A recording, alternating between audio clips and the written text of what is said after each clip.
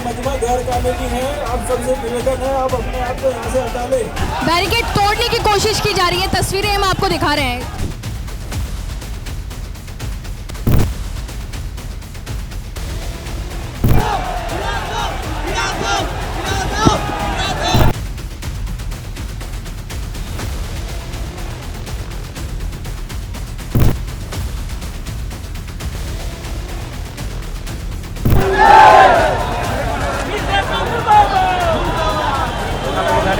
NEET paper leak के खिलाफ छात्रों का आंदोलन, लेकिन कुछ ही घंटों में जंतर मंतर कैसे बन गया अराजकता का मैदान।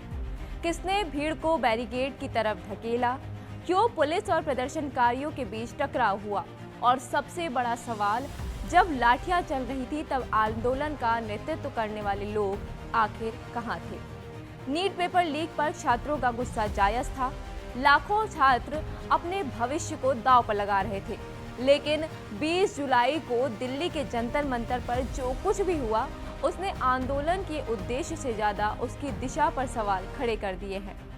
नमस्कार, मैं हूं आपके साथ अदिति मिश्रा और आज की इस वीडियो में हम आपको 20 जुलाई के पूरे घटनाक्रम को शुरुआत से आखिर तक क्रमवार दिखाएंगे और समझाएंगे कि आखिर जंतर मंतर पर क्या हुआ, कैसे एक छात्र आंदोलन टकराव में बदला और क्यों अब सिर्फ नीट नहीं बल्कि कानून व्यवस्था और राजनीतिक बहस का ये मुद्दा बन चुका है। सबसे पहले जानते हैं कि वहाँ जंतर मंतर पर क्या हुआ। 20 जुलाई को दिल्ली के जंतर मंतर पर सीजेपी की ओर से नीट पेपर लीक मामले को लेकर संसद चलो आंदोलन का आयोजन किया गया।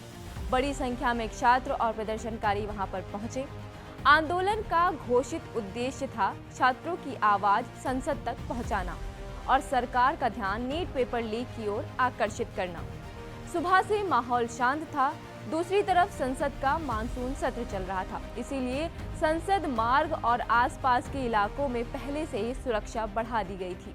दिल्ली पुलिस ने कई स्तर पर बैरिकेडिंग की थी और संसद की ओर मार्च की अनुमति नहीं दी थी। मंच से लगातार भीड़ को आगे बढ़ने के लिए कहा जाने लगा। आगे बढ़ो, बैरिकेड तोड़ो जैसे नारे सुनाई देने लगे। इसके बाद कुछ प्रदर्शनकारी बैरिकेड की ओर बढ़े और उन्हें हटाने की कोशिश की। ग्राउंड पर मौजूद हमारी टीम ने देखा कि पुलिस और प्रदर्शनकारियों के बीच धक्का मुक्की शुरू हो गई। कुछ ही देर में माहौल पूरी तरह से तनावपूर्ण हो चुका था। दिल्ली पुलिस का आरोप है कि कुछ लोगों ने बैरिकेड तोड़े, पथराव किया और सरकारी संपत्ति को नुकसान पहुंचाया। पुलिस का कहना है कि इसके बाद हालात को नियंत्रित करने के लिए बल प्रयोग करना पड़ा और कई लोगों को हिरासत में लिया गया। बाद में प्रेस ब्रीफिंग में भी दिल्ली पुलिस ने कहा कि कानून व्यवस्था बिगाड़ने की कोशिश करने वालों के खिलाफ कार्रवाई की जाएगी। हिरासत में लिए गए लोगों की पहचान की जा रही है और जांच अभी जारी है। अब जानते हैं कि क्या आंदोलन अपने मूल मुद्दे से भटक गया था। इस पूरे घटनाक्रम के दौरान जो एक और बात सामने आई है वो ये है कि जिस आंदोलन की शुरुआत नीट पेपर लीक के मुद्दे से हुई थी, अलग अलग संगठनों की मौजूदगी भी दिखाई दी। यहीं से सवाल उठने लगे कि क्या आंदोलन अपने मूल उद्देश्य से भटक गया है और क्या छात्रों का मुद्दा राजनीतिक रंग लेने लगा है। इस पूरे घटनाक्रम में सबसे बड़ा सवाल आंदोलन के नेतृत्व को लेकर भी उठ रहा है।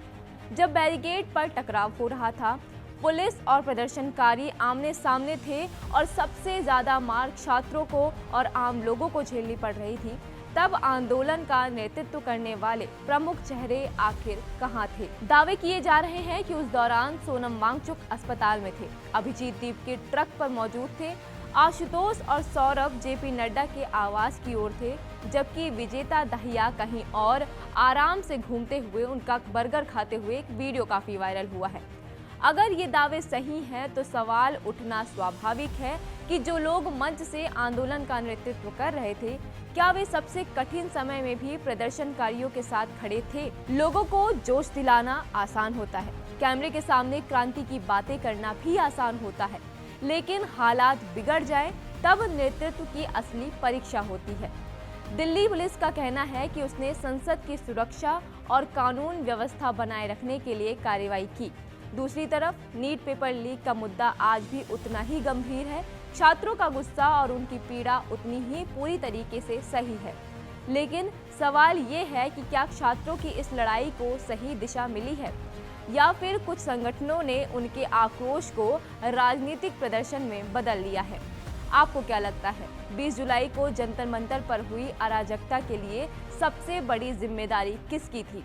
अपनी राय हमें कमेंट बॉक्स में ज़रूर बताएं।